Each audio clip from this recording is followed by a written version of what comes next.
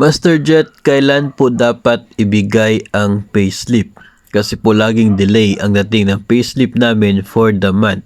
Minsan inaabot na ng second week or third week ng next month.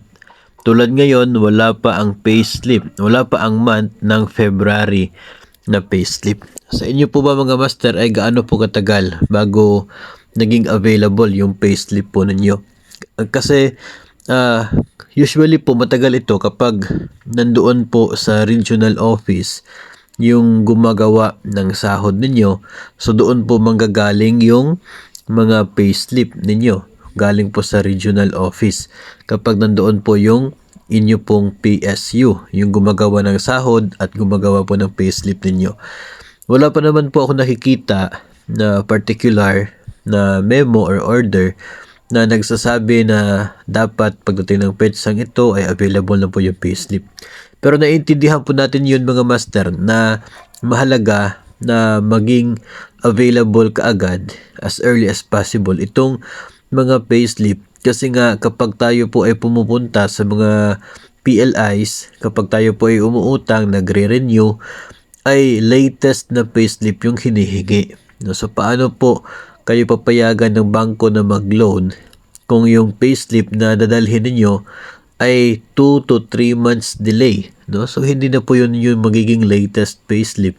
So yun po yung isang factor, no? Isang problema din na kung bakit marami yung nagnanais na sana mas maaga yung pagdating ng payslip.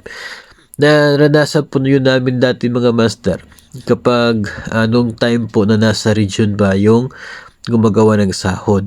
Kasi nga ay hindi naman po sa lahat ng pagkakataon ay may maka personnel from the division office na makakapunta agad sa regional office para mag-pick up ng mga payslip na yan.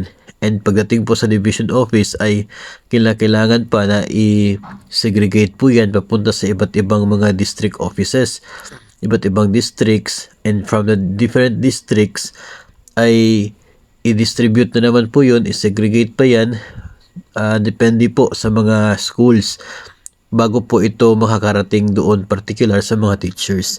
So medyo mahaba po yung process kaya medyo matatagalan talaga sa pagdating.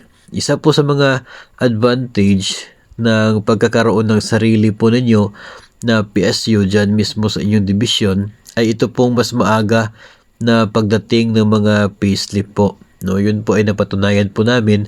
Kaya siguro one of these days ay yung iba't ibang mga regional at iba't ibang division offices ay magkakaroon na rin ng sariling PSU hopefully para mapalapit po yung mga transactions related sa sahod at maging yung pag-release ng mga payslip ay magiging mas maaga.